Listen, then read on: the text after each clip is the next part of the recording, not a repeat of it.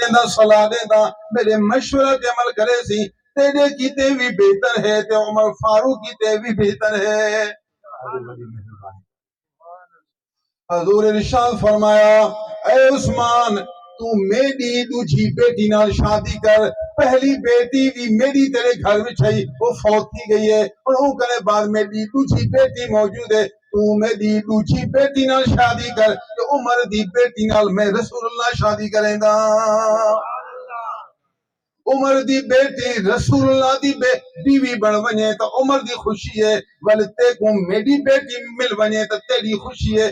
تیرے کیتے بھی بہتر ہے تے عمر کیتے بھی بہتر ہے. عثمان کپڑے وچ معافتا نہیں سبحان اللہ. پہلے بھی حضور دی صحابہ دی تو لوٹو جی صحابہ دی.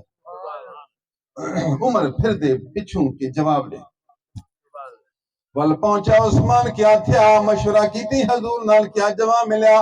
عثمان سارا جواب سنائے.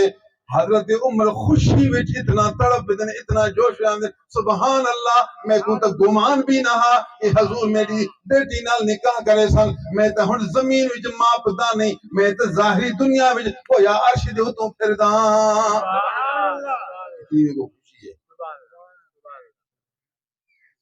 عمر کو آرام نہیں آیا.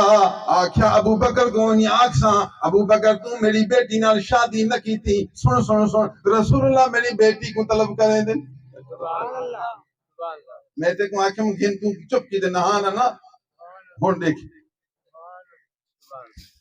حضرت عمر فاروق اعظم رضی اللہ تعالی عنہ ابو بکر دی خدمت وچ حاضر تھے. ہم تیار محبت والے دل خوش تھی دے خوشی وچ آرام نہیں آندا. اے ابو بکر تے کو پتہ ہے ایک گل تے کو سناواں. ابو بکر فرماتے ہیں جی سناؤ کیا گل ہے. پورا واقعہ سنایا.